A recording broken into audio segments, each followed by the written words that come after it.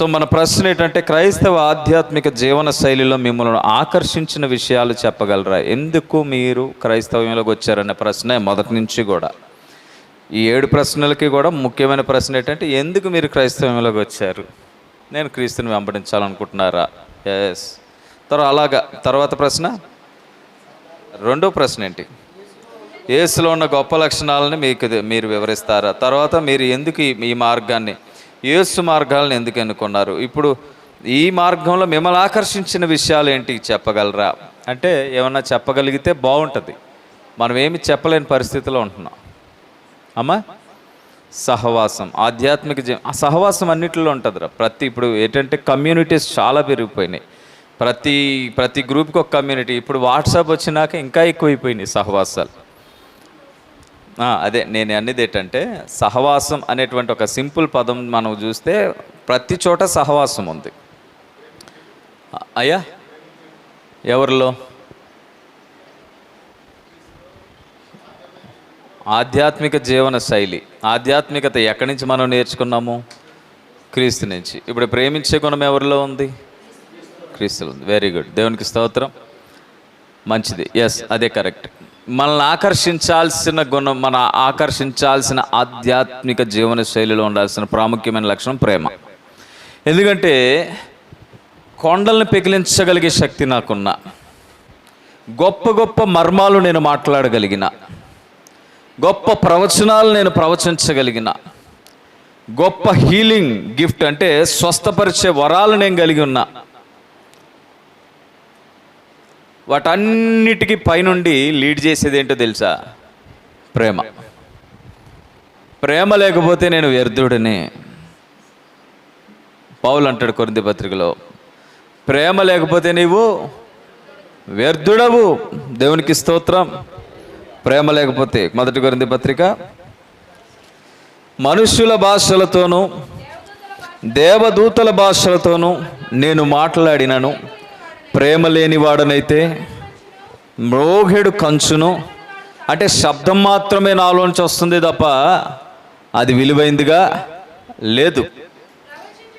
ప్రవచించు కృపావరము కలిగి మర్మములన్నీ జ్ఞానమంతయు ఎరిగిన వాడినైనను, కొండలను పెకిలింపగల పరిపూర్ణ విశ్వాసము గలవాడనైనను ప్రేమ లేనివాడనైతే నేను వ్యర్థుడను. బీదల పోషణ కొరకు నా ఆస్తి అంతయు ఇచ్చినను, కాల్చబడుటకు నా శరీరం అంతయు అప్పగించినను, ప్రేమ లేనివాడనైతే నాకు ప్రయోజనమేమీ లేదు. ప్రేమ దీర్ఘకాలము సహించును, దయ చూపించును. ప్రేమ మత్సరపడదు, ప్రేమ డంబముగా ప్రవర్తించదు, అది ఉప్పొంగదు, అమర్యాదగా నడవదు, స్వప్రయోజనమును విచారించుకొనదు, త్వరగా కోపపడదు, అపకారమును మనస్సులో ఉంచుకోదు, పగబెట్టుకోదు, దుర్నీతి విషయమై సంతోషపడక సత్యమనందు సంతోషించుచు అన్నిటికీ తాలుకొనును, అన్నిటినీ నమ్మును, అన్నిటినీ నిరీక్షించును, అన్నిటినీ ఓర్చును. ప్రేమ శాశ్వత కాలముండును, ప్రవచనములైనను నిరర్ధకములగును, భాషలైనను నిలిచిపోవును, జ్ఞానమైనను నిరర్ధకమవును. మనము కొంత మట్టుకు ఎరుగుదుము, కొంత మట్టుకు ప్రవచించుచున్నాము, కానీ పరిపూర్ణమైనది వచ్చినప్పుడు పూర్ణము కానిదేదో, అసంపూర్ణమైనదేదో అది నిరర్ధకము అయిపోతుంది. దేవునికి స్తోత్రం. సో ప్రేమ అనేటువంటి ఒక అద్భుతమైనటువంటి జీవన శైలిని దేవుని బిడ్డలు కలిగి ఉండాలి. మంచి మంచి విషయాలు మనం విని మంచిగా మారకపోతే ప్రమాదంలో ఉన్నట్టే. ప్రేమ అనేటువంటి జీవన శైలి అది ఆధ్యాత్మిక. ఎటువంటి ఆధ్యాత్మిక అంటే క్రైస్తవ ఆధ్యాత్మిక జీవన శైలిలో ఇది ప్రత్యేకం. చాలా ఆధ్యాత్మికమైనటువంటి జీవన శైలిలు భూమి మీద ఉన్నాయి, కానీ క్రైస్తవ ఆధ్యాత్మిక జీవన శైలిలో ఉండాల్సినటువంటి ప్రాముఖ్యమైనటువంటి అంశం ఏంటంటే ప్రేమ. ఇది ఎక్కడుంది అంటే దేవునిలోనే మనము కనుగొంటాం. గలతీయులకు రాసిన పత్రిక 5వ అధ్యాయంలో ఈ మాట చెప్తున్నాడు. 22వ వచనంలో ఆత్మఫలాల కొరకు అక్కడ మాట్లాడుతున్నాడు. అయితే ఆత్మఫలం ఏమనగా, చూడండి, బేస్ ఏమైంది? ప్రేమ. సంతోషం, సమాధానం, దీర్ఘశాంతం, దయాలత్వం, మంచితనం, విశ్వాసం, సాత్వికం, ఆశా నిగ్రహం. ఇట్టి వాటికి విరోధమైనది ఏదీ లేదు. క్రీస్తు సంబంధులు శరీరమును దాని ఇచ్చలతోనూ దురాశలతోనూ సిలువ వేసి ఉన్నారు. మనము ఆత్మను అనుసరించి జీవించువారమైతిమా, ఆత్మను అనుసరించి క్రమముగా నడుచుకుందాం. ఈరోజు నువ్వు ఆత్మను అనుసరించి జీవించువాడు అయితివా, జీవించే ఒక స్త్రీగా ఉన్నావా? అది నువ్వు ఆధ్యాత్మిక జీవన శైలిని, క్రీస్తు వలనైనటువంటి ఆధ్యాత్మికమైనటువంటి జీవన శైలిని నువ్వు ఎన్నుకున్న దానికి నీతో మాట్లాడుతున్న వాక్యం. ఆత్మను అనుసరించి నడవాలనుకుంటున్నటువంటి వారు ఆధ్యాత్మిక జీవన శైలిని అనుసరించి నడుస్తున్నానని చెప్పడమే. నీ నడవడికలో, నీ ప్రవర్తనలో, నీ మాటలో మార్పు వస్తుందా? పాత జీవితం అలా కనిపిస్తూనే ఉందా? అంటాడు, మీరు ఆత్మానుసారంగా జీవించేవారైతిరా, ఆత్మను అనుసరించి క్రమముగా, అక్రమముగా కాదు, దైవ సంఘము క్రమముగా. ఆత్మకు ఒక క్రమం ఉంటుంది, దాని ద్వారా నువ్వు లీడ్ చేయబడాలి. అన్నిటికంటే మొదట వాక్యంలో మత్తయి సువార్త 6వ అధ్యాయంలో చెబుతాడు, మొదట నా నీతిని, మనిషి గట 100 చింతలు ఉంటాయి. తీశారు 6వ అధ్యాయము 20వ వచనం నుంచి చదువుకుంటూ వచ్చేద్దాం. పరలోకమందు మీ కొరకు ధనము సమకూర్చుకొనుడి, అచ్చట చెమ్మటి అయినను, జాగ్రత్తగా వినాలి, అచ్చట చెమ్మటి అయినను తుప్పైనను దానిని తినివేయదు, దొంగలు కన్నము వేసి దొంగిలరు. నీ ధనము ఎక్కడుండునో నీ హృదయం కూడా. ఈరోజు ఇక్కడికి వచ్చి కూర్చున్న మన ఉద్యోగాల మీద, మన వ్యాపారాల మీద, మన ఇన్కమ్ సోర్స్ మీద మన మైండ్ పెట్టుకుని వాక్యం మీద కాన్సన్ట్రేటివ్గా లేనటువంటి వ్యక్తులకి ఈ మాట. మన ఇన్కమ్ సోర్స్ మీదే ఉంటుంది మన మనసు అంతా. అక్కడ ఏమవుతుందో, ఇక్కడ ఏమవుతుందో, ఆ పని వచ్చుంటే అలాగా వస్తున్నప్పుడు ఈరోజు ఒక ఆయన ఒక షాప్ ఓపెన్ చేసుకున్నాం, ప్రార్థన చేయండి అని ఫోన్ చేశాడు. ఆయన సంఘానికి రాడు, మందిరానికి వెళ్తాడో లేదో తెలీదు. నేను రాకపోతే ఇప్పటికి 3-4 కాల్స్ చేశాడు. వెళ్ళి ఫస్ట్ అడిగాను, ఆదివారం ఓపెన్ చేసుకున్నారా? అవునయ్య గారు. ఎందుకంటే మరి చర్చికి వెళ్ళరా? తర్వాత వెళ్దామని. ఎప్పుడు వెళ్తావు? తర్వాత ఎప్పుడు వెళ్తావు? మరి నీకు ప్రార్థన ఎందుకు ఇప్పుడు? ఓపెనింగ్కి ఏమో ప్రార్థన పూజారి కావాలి. ఓపెనింగ్ ఎవరు కావాలి? ప్రార్థన పూజారులు కావాలి. బతుకులు మార్చబడకుండా ప్రార్థనలు పనిచేస్తాయా? నీ ధనం ఎక్కడుందో నీ హృదయం కూడా. వాక్యం చాలా సూటిగా మాట్లాడుతుంది. దేవుని బిడ్డ, నువ్వు క్రైస్తవుడు అని పిలువబడుతున్నావు అంటే ప్రపంచానికి భిన్నంగా నువ్వు ఒక దారిని ఎన్నుకున్నట్టే. ఖచ్చితంగా అన్నిటికీ సిలువేయాలి. ధనం వద్దా అండి? కావాలి. దానికోసం కిందకు వస్తున్నా అంటాడు. చూడండి, నీ ధనం ఎక్కడుందో అక్కడనే నీ హృదయం ఉండును. దేహమునకు దీపము కన్నే గనక నీ కన్ను తేటగా ఉండిన యెడల నీ దేహమంతయు వెలుగుమయమై ఉండును. నీ కన్ను చెడినదైతే, చూడండి, నీ కన్ను చెడ్డదాన్ని చూస్తే చెడిపోద్ది.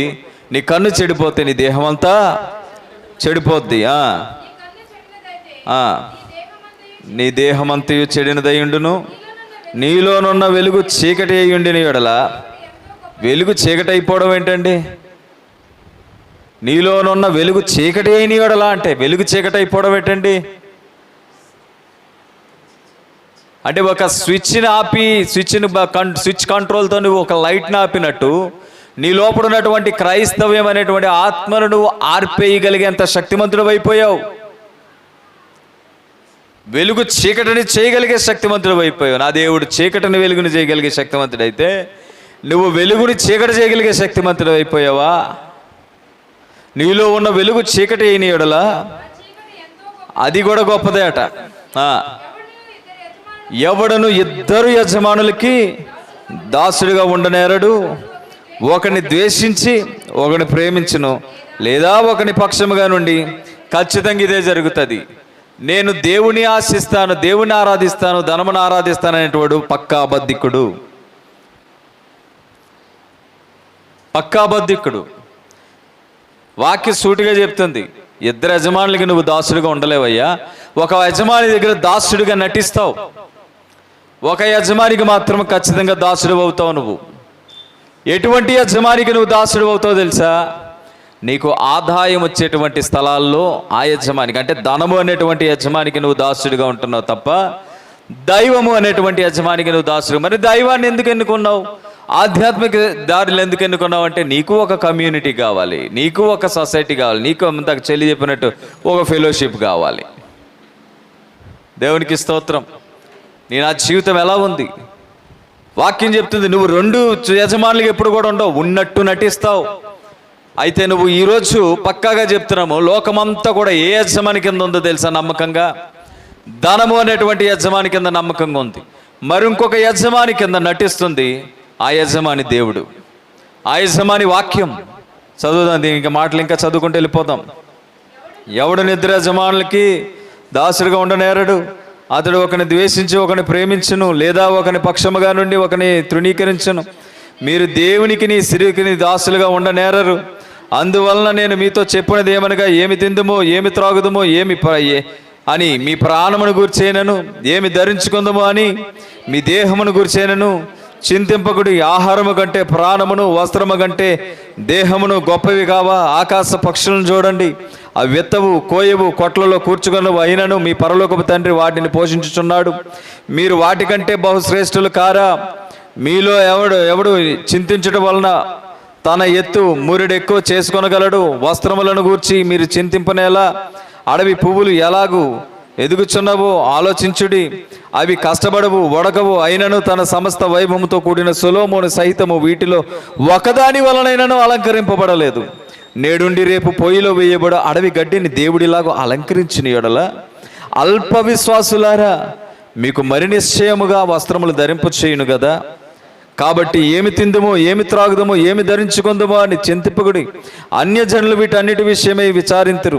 ఇవన్నీ మీకు కావాలని మీ పరలోకపు తండ్రికి తెలియను.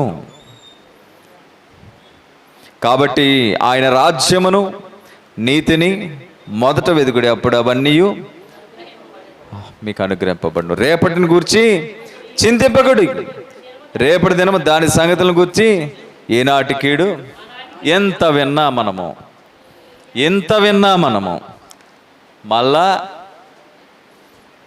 మళ్ళా ఎక్కడికి వెళ్తాం? ఇంత విన్నా మనము, ఇంత లోతైన వాక్యం విన్నా, ఇంత హెచ్చరిక అంతా ఎవరిచ్చారండి? ప్రభువే ఇచ్చాడు సాక్షాత్తు. ఇంత విన్నా నీవు ఎవరికి యజమానిగా పెట్టుకున్నావు తెలుసా? నీ వ్యాపారానికి నువ్వు దాసుడివి, నీ ఉద్యోగానికి నువ్వు దాసుడివి. నేనేమంటానంటే ఖచ్చితంగా ఉండు. నీ ఉద్యోగంలో, నీ వ్యాపారంలో నమ్మకంగా ఉండు. అక్కడ మోసగాడిగా ఉండకు, అక్కడ మాట ఇచ్చి తప్పేవాడుగా ఉండకు, అక్కడ చిన్నదానికి పెద్ద రేటు పెంచకు, అక్కడ అన్యాయంగా వచ్చే సొమ్మును ఆశించకు. యథార్థంగా ఉండు. అక్కడి నుంచి దేవుడు నిన్ను దీవిస్తాడు. ఆధ్యాత్మిక జీవన శైలిలో నేర్చుకునేటివి ఇవే. ఇవన్నిటికీ మూల కారణం ఏంటో తెలుసా? నువ్వు దేవుణ్ణి ప్రేమిస్తున్నావు కాబట్టి. మొదట నువ్వు దేవుణ్ణి ప్రేమిస్తే ఈ భూమి మీద ప్రతిదాన్ని ఎలాగ సెట్ చేసుకోవాలో నీకు ఆ ప్రేమలో నుంచే ఒక గైడెన్స్ వస్తుంది, ఒక లీడింగ్ వస్తుంది. మనం ఎందుకు అక్కడ మిస్ అవుతున్నాం తెలుసా? భూమి మీద ఎవడు తప్పు చేసినా ఏమన్నారు? ఒక క్రైస్తవుడు తప్పు చేస్తే ఇన్ని నీతి కబుర్లు చేసే అన్ని పాప పనులని నిన్ను వేలెత్తి చూపిస్తారు. మిగిలిన వాళ్ళని ఎందుకు వేలెత్తి చూపించరు? వాళ్ళకి బోధలు లేవు.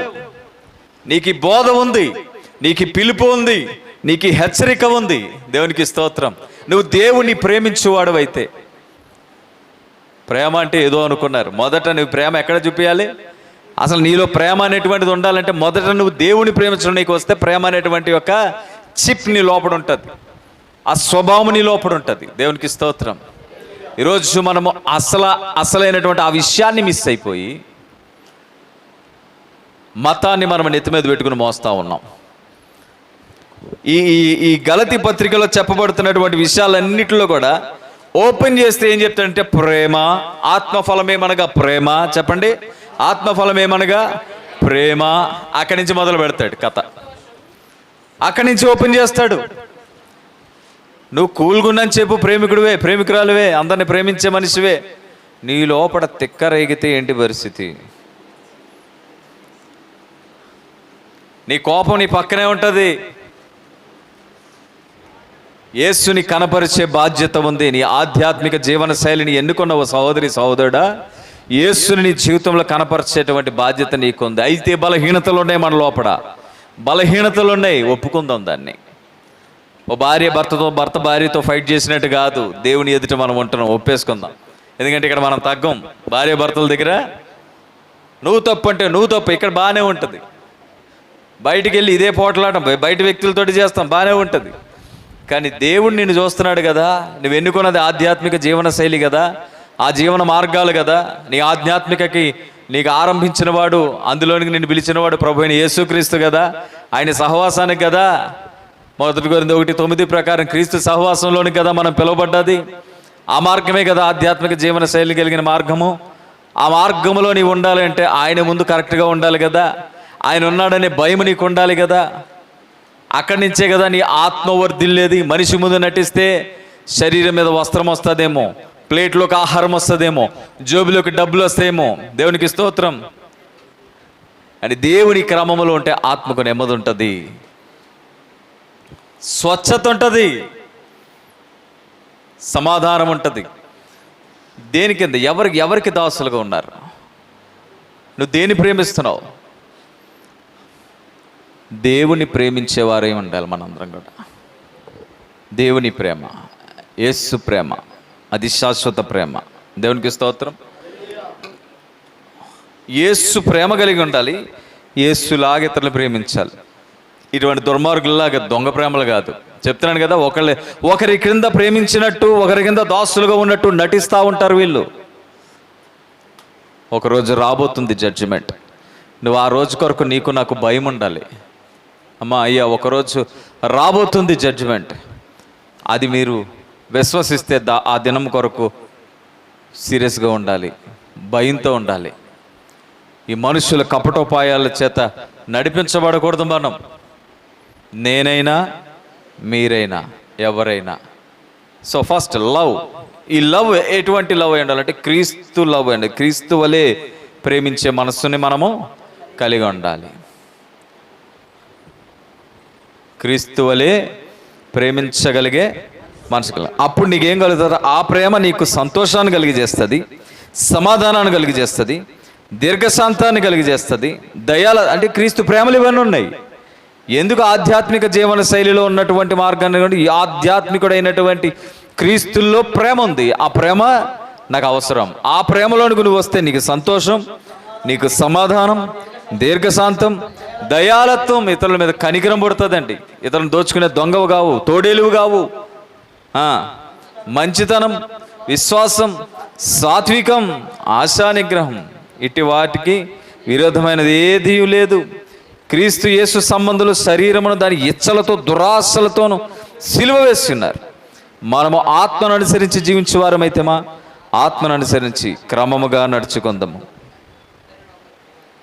అప్పుడేం చేస్తామంటే క్రీస్తు నిన్ను ప్రేమించినట్లు నీవు కూడా ఒకరినొకరు ప్రేమించుకుంటావు. ఒకరినొకరు వివాదమునకు రేపకయు, ఒకరి యందు ఒకరు అసూయ పడకయు, వృధాగా అతిశయ పడకయు ఉందము. క్రీస్తు ప్రేమ మనం కలిగి ఉండాలి. రెండే విషయాలు, ఒకటి దేవుడా దానమా. సో ఫస్ట్ దేవుని మీద మనము ఫోకస్ కలిగి ఉందాం. దేవునికి స్తోత్రం కలుగును గాక. యోహాను సువార్త 3:16. మన ప్రేమను గురించి మాట్లాడుకుంటున్నాం. ఆధ్యాత్మిక జీవన శైలిలో నిన్ను ఆకర్షించినది ప్రేమై ఉండాలి అనే దాని కొరకు మాట్లాడుకుంటున్నాం. ఆ ప్రేమ మొదట దేవుని ప్రేమించాలి. దేవుని ప్రేమించిన వాడు మిగిలిన వాటిని ఎలా ప్రేమించగలుగుతాడు? ఏ మోతాదులో ప్రేమించగలుగుతాడు? ఒకవేళ దేవుని స్థలంలో ధనాన్ని పెడితే దేవుని ప్రేమిస్తున్నానని అబద్ధికుడు అవుతాడు. దేవుని బిడ్డలు అలా ఉండకూడదు అనే విషయాలు మనం నేర్చుకుంటున్నాం. దేవుడు లోకమును ఎంతో ప్రేమించెను, కాగా ఆయన తన అద్వితీయ కుమారునిగా పుట్టినవాడు యందు విశ్వాసముంచు ప్రతివాడు నశింపక నిత్య జీవం పొందినట్లు ఆయనను అనుగ్రహించి. సో ప్రేమిస్తే ప్రాణం ఇస్తావు. ప్రేమిస్తే ప్రేమ ఎటువంటిది చేస్తుందంటే ప్రేమ త్యాగం ఇస్తుంది, త్యాగం అయ్యేటట్టు నడిపిస్తుంది. ఈరోజు మన ప్రేమలో త్యాగం ఉందా? దేవుడు నిన్ను ప్రేమించిన ప్రేమలో త్యాగాన్ని కనపరుస్తున్నాడు. దేవుడు నిన్ను ప్రేమించాడు కాబట్టి నీ పాపం వలన నువ్వు నశించి నరకంలోకి వెళ్ళిపోకుండా తన కుమారుడిని అనుగ్రహించాడని ఉంది. కుమారుడైన దేవుడు, తండ్రి అయిన దేవుడి నుంచి కుమారుడైనటువంటి దేవుడు మన మధ్యకి ఎందుకు వచ్చాడంటే తండ్రి అయిన దేవుడు ఎంత ప్రేమిస్తున్నాడు ప్రజల్ని తెలియజేయడానికి కుమారుడైనటువంటి దేవుడు పరిశుద్ధాత్మను దేవుని సహాయంతో మన మధ్యకి వచ్చాడు. ఇక్కడ ముగ్గురు దేవుళ్ళు వచ్చారేటని అనుకోకండి, ఇది పెద్ద డిస్కషన్. ఇది ఇప్పటికి ఇది విని మీకు అర్థం కాకపోతే శిష్యులు యేసుప్రభు వెనకాల వెళ్ళినట్టు మీకు నిజంగా అర్థం అవ్వాలంటే నా వెనక రండి, మాట్లాడదాం. అయిపోగానే ఇంటికి వెళ్ళిపోయి మళ్ళీ ఆదివారం కనబడకండి, మీకు ఏం అర్థం కాదు. చూడండి ఏమంటున్నాడు, దేవుడు లోకాన్ని ప్రేమించాడు. ఆ లోకంలో నీవు నేను నా బిడ్డ, నేను నా భార్య, నువ్వు నీ బిడ్డ, నువ్వు నీ భార్య, నీ కుటుంబములు తరములు ఉన్నారు. వీరందరినీ దేవుడు ప్రేమించాడు. మానవ సంతతి అంతటికి పట్టినటువంటి గొప్ప జాడ్యం దేవునికి వ్యతిరేకంగా నడిచి తెచ్చుకున్న పాపం. ఈ పాపం వల్ల కలిగినటువంటి జీతం మరణం.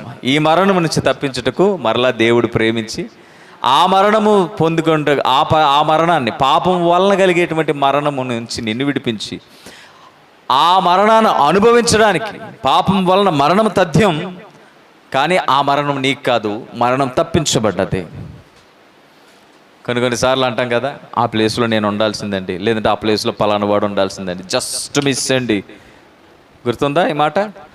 ఈ మాట మీకు తెలుసా? జస్ట్ మిస్, లేదంటే అప్పుడు జస్ట్ మిస్. నా జీవితంలో ఎన్ని జస్ట్ మిస్లు అయినాయి తెలుసా? ఎన్ని జస్ట్ మిస్లో అప్పుడప్పుడు కూర్చొని ఆలోచన చేస్తా. అప్పుడు జస్ట్ మిస్, ఇప్పుడు జస్ట్ మిస్, అప్పుడు జస్ట్ మిస్, అలా ఎన్ని జస్ట్ మిస్సులు. సరే, ఈ మిస్సులు మాకు పక్కన. పాపము వలనైనటువంటి మరణములో కూడా జస్ట్ మిస్ చేసి నా దేవుడు ఆ ప్లేస్కి వచ్చి ఆ ప్రేమని సిలువలో చూపించాడు. ఆధ్యాత్మిక జీవన శైలిలో నన్ను ఆకర్షించినటువంటి గుణం, దేవునికి స్తోత్రం, ఆకర్షించినటువంటి గుణం ఈరోజు నేను ఆకర్షించిందా? అమ్మ మారదాం. చెప్పండి, మీ కొరకు ఎందుకు ప్రాణం పెట్టాలి యేసయ్య? నా కొరకు ఎందుకు ప్రాణం పెట్టాలి? నువ్వేమైనా ప్రాణం పెట్టావా ముందు? నీ కొరకు ఆయన ప్రాణం పెట్టడానికి తిరిగి ఎందుకు పెట్టాలి ఆయన ప్రాణం? నీకోసం ప్యూర్ లవ్. నువ్వు ఎంత లోబివైనా, దుర్మార్గుడివైనా, ఎంత శరీరాన్ని ప్రేమించే మనిషివైనా, ఎంత స్వార్థపరుడివైనా, ఎంత అసహ్యమైన జీవితం జీవించినా, నా యేసయ్య నేను ప్యూర్ లవ్తో ప్రేమించి ఆ ప్యూర్ లవ్ ఏంటో కనపరచడం కొరకు నీ కొరకు వచ్చి నీ మరణాన్ని తీసేసుకున్నాడు. ఇంకేం తీసుకోలేదు, చిన్న చిలిపి కాదు నీ తీసుకున్నది, నీ మరణాన్నే తీసేసుకున్నాడు ఆయన ప్రేమతోటి. మీరు అపరాధముల చేతను, పాపముల చేతను చచ్చిన వారే ఉండగా ఆయన తన ప్రియ కుమారుని పంపించి కుమారునితో పాటు మిమ్మల్ని లేవనెత్తాడు. Just pure love. ఇందులో ఏ కల్తీ లేదు ఈ ప్రేమలో. నీ ఆధ్యాత్మిక జీవన శైలిలో ఈ ప్రేమ నిన్ను ఆకర్షించిందా? ఆ ప్రేమ నిన్ను ఆకర్షిస్తే నీ బ్రతుకు మారిపోద్ది. ఇంకా నీ పాత రమేషే ఉన్నాడా లోపల? మన జీవితంలో పాత వ్యక్తులు ఇంకా ఉన్నారా? ఉన్నారు, ఇంకా ఉన్నారు కదా, వాళ్ళే ఉన్నారు.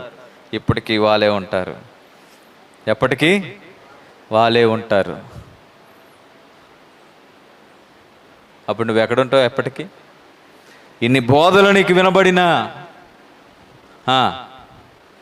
ఎక్కడుంటామండి మనం? పాతోడు అలాగే ఉన్నాడు. మరి బాప్టిజం తీసుకున్నాం కదా, సంవత్సరాలు అయిపోయింది, చాలా సంవత్సరాలు అయిపోయింది, చర్చికి వచ్చాను, తీసుకున్నావు, తీసుకోకపోతే బాగోదని.